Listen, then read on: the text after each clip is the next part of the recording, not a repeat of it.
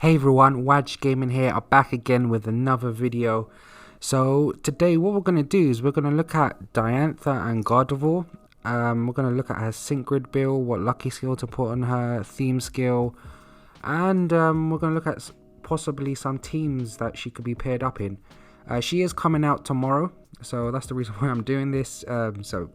Just in case when you do get her, you know straight away what to do with her.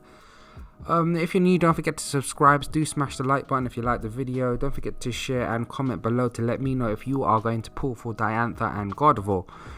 Okay, let's get into the video. So Diantha Gardevoir is going to be a striker. 5 stars. It's been a long time since we've been waiting for Diantha to come, and now we've had to wait a year and a half to finally get her. But well, now she's here. She will be a fairy type Pokemon.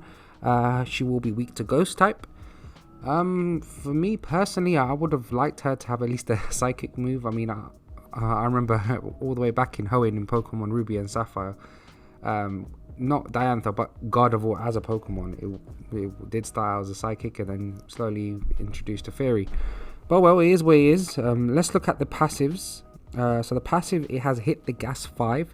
So it increases the amount of move gauge slots needed to use attack moves by 1 and powers up moves. It was going to be good to see how this is. I mean, increasing the move gauge, it's definitely going to help.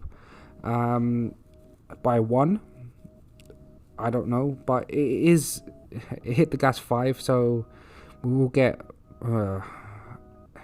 more opportunities for the move gauge to refresh, which is handy. And in master mode as well, especially if you use the parameters where you only have 4 move gauges, I think this will be very useful. And it also powers up moves. How much by, we'll see when we use it. It's got propulsion 1, so we've known this, a few other Pokemons have this, so it can reduce the sync move countdown by 1. Which again, it's really good to have if you want to sync. Mutually assured, so whenever the user becomes poisoned, badly poisoned, paralyzed or burned from an opponent's move, the same condition applies to that opponent. Now this is going to be interesting. So basically, if someone puts you to let's say poisoned, paralyzed or burn, it's like reflect. It's just going to reflect back on them as well, so they will also have that condition, which I think is amazing. We've not really had that much. We've had other Pokemon that can reflect it back, but wow, I can't wait to see how that one gets used. Theme skills got Fairy Strike, which I'm definitely going to put on for her. Level 4, you get so much attack and special attack boosts, and that's just going to be amazing. It's got Kalos. We already know how many Pokemon there are in Kalos in the game again, so that will also be good. Champion will also be good, and then Artistic and Grown Woman. But I think the main one here will be Fairy. That's the one where you get the most stat buffs. Then looking at the level, so when it's at level 130 and when it's at 6-star EX, you can pretty see the special attack is in the 400s, and that is going to be hitting hard. Especially with its moves, which will come to in a minute. So 410 is good. I mean, the special defenses is not as good. I mean, 171. This is 6-star EX, by the way, but 5-star when you just get it 131 at level 130, which is really low. I don't know. It's going to need a lot of defense buffs. Speed 294 when you first get it, level 130, 254. So speed is okay. HP is okay as well, 762. But again, because it's fairy, if you put the other fairy supports in it, you can buff it up by an extra 120, and then you'll have the theme skill as well. So HP wise, it's good. But I'm just looking at the defenses, and I'm just hope the defenses don't let this Pokemon down, especially the special defense. Defense is okay, 217. Looking at the moves, it's got Dazzling Gleam, so it can hit all the opponents. 2 move gauge slots. Then it's got Dire Hit, Dire Hit Plus, so it can raise its own critical hit rate as well, which I think is really good for this Pokemon to have, especially as a striker. So that saying that, because it's got Dire Hit Plus, it's best to go for Critical Strike 2 as the lucky skill. So if you are trying to get lucky skills, critical strike 1 or critical strike 2 will do really well on this. Then it's got Moon Blast, so it has a moderate chance of lowering this target's special attack. And saying that, because it's gonna has a chance of lowering the special attack, because the special defenses are low, it kind of weighs itself out only if it does lower the special attack. And yeah, 3 move gauge slots, and you can see the powers between 98 and 117 depending what level you have it at. Time to Shine, so sharply raises the user's special attack and defense. If used by Mega Gardevoir, also charges the move gauge by 3. Wow, that's good. So when you do sync with it, it will change to Mega Gardevoir, and then when you do have Mega Gardevoir, it basically, this move can just refresh the move gauge by 3, which will be good. Now the sync move, it can target all opponents when you 6-star EX it. The power is 160 to 192, so it's not as strong as what you see compared to other Pokemon. However, when we come to the grid, you'll see it'll make up for that. So let's look at Mega Gardevoir. So we can see it's still got Hit the Gas 5, it's still got Propulsion 1, but the difference is now it's got Fairy Power 5. So before it had Mutually Assured. So when you sync with it, I don't think you get Mutually Assured anymore. Then you get Fairy Power 5, so you may have to decide when you want to sync with her. Fairy Power 5, we know, I think Xerneas has it as well. So yeah, so it can increase the Fairy type move by a lot. And we all know how much Fairy Power 5 does work, and it works wonders, and it's really good. In terms of the moves all stay the same when it syncs. We'll now come into the sync grid. We will do a sync grid build for her.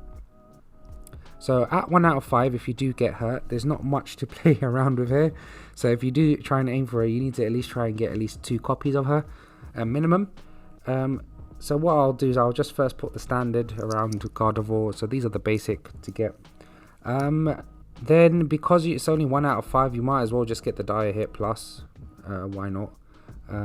Especially if you're doing Battle Villa, you know, it does help to have MP refreshes.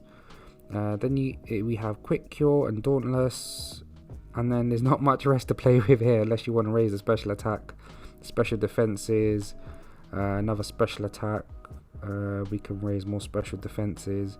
It depends on how many sync orbs you have as well, but it's best just to go with all the stat buffs over here, and then you can choose which moves you want. So again, we can just go for this. So you can go something like this. Again, with 1 out of 5, you haven't really got much to play with. So try and get 2 copies of her if you are trying to get her. 1 out of 5 is not good unless you have those candies to increase her by another level, and then that will be handy for you. Let's look at 2 out of 5. 2 out of 5 now, we've got more to play with. We do have the sync nodes as well, which we can use to buff up. So straight away I'm gonna go for the sync nodes because that sync move isn't gonna hit as hard yet. So then we need to find a way now to get through them. So Moon Blast, Move Gauge Refresh, we'll go through there. And then we'll go around this way. You won't need Die Hit Plus because once you've used 2, you've maxed out your critical hit. And then you might as well get the trainer move, so to get MP refresh on that. And then you can try and maybe get Quick Cure. I would go for that. I really like Quick Cure, so it just removes confusion, flinching and traps conditions. And then you may want Dauntless as well, and then you can put Critical Strike 2 as the lucky skill. And then you've just got 2 more to play with, so I'll just go with Special Defense and Special Attack. So this is the move gauge, sync grid that I'd go for Gardevoir if I had it at 2 out of 5. I'm going to just keep summoning until I get her at 3 out of 5. Do check out that video from tomorrow. I am going to summon on her, and I'm going to try and keep summoning on her until I get her at 3 out of 5. And then I'll do a showcase on her for you so you can see what she's like before you even summon on her if you're a bit decisive. Let's reset the grid now. So now we're at 3 out of 5. So 3 out of 5, you can see how much you have to play for. You can make her into a sync Inuka when she's 3 out of 5. So straight down, I'm going all the way down to double down 2. So double down 2 basically powers up the sync moves that are super effective. So especially with the Latias Legendary Arena, which we have coming tomorrow, that will also be weak to, I think, Dragon and Fairy. And on the Fairy part, this double down 2 is going to probably hit hard. And then you can go all the way up. We can get another sync node over here, and we'll get this one over here. And then we're just going to go for the blast move gauge refreshes. And then we're going to get Devastation. Again, Devastation, the more the target special attack has been lowered, the more this powers up sync moves. So now imagine pairing this up with Hydreigon, because Hydreigon can lower special attack. And if you pair them together and just put a good support in, my god, this is going to hit hard. So this is the grid that I'll go for over here. So this is probably going to be my standard grid. You can alter grids, so what I'm going to do is change it, because but you can do like a Moonblast grid on this, and all it is just giving it more Moonblast move gauge power up, and then I'll probably give it either quick cure if you want to use that. If you don't want to use quick cure, you can use a sync node with another stat buff. If you don't want that, remember you can get this as well, time to shine, MP refresh. Let me just see what this is. So raises the user speed when the move is successful. Again, you won't really need this. Speeds are good, or it's okay. So that is the grid that I would go for. So you can either go for time to shine or quick cure or the sync node up here. But another amazing thing that this has, it has 6 sync power-ups. 6. 1, 2, 3, 4, 5, 6. Wow. Wow. So it can power up a lot, 150 extra. So you're looking at probably minimum 310 on the sync move. But then if you do go for that, remember you may not have enough to get Devastation and double down 2. So that's the reason why I just went for this sync grid here for Gardevoir. I think just this sync grid is a lot more better. I think it can be utilized for Gardevoir a lot more. How this would work, I don't know yet. We'll see. So do check out my video tomorrow where I will be going through this grid and seeing how this works. I may test it out in the Latias Legendary Arena, but we'll see. So yeah. So just to summarize, this is the grid that I'm going for. Lucky skill, critical strike 1/2, depending on how lucky you are. Theme skill, always +4 fairy if you have the orbs to power it up. Because they are a bit expensive. So just, yeah, level 4 fairy.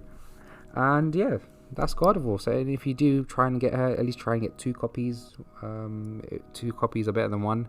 And then you can have more to play with on the sync grid and make better use of her. And yeah, that is it. If you're new, don't forget to subscribe. Don't forget to smash the like button if you like the video. Do let me know in the comments if you're going for her and if you're going to be using this grid.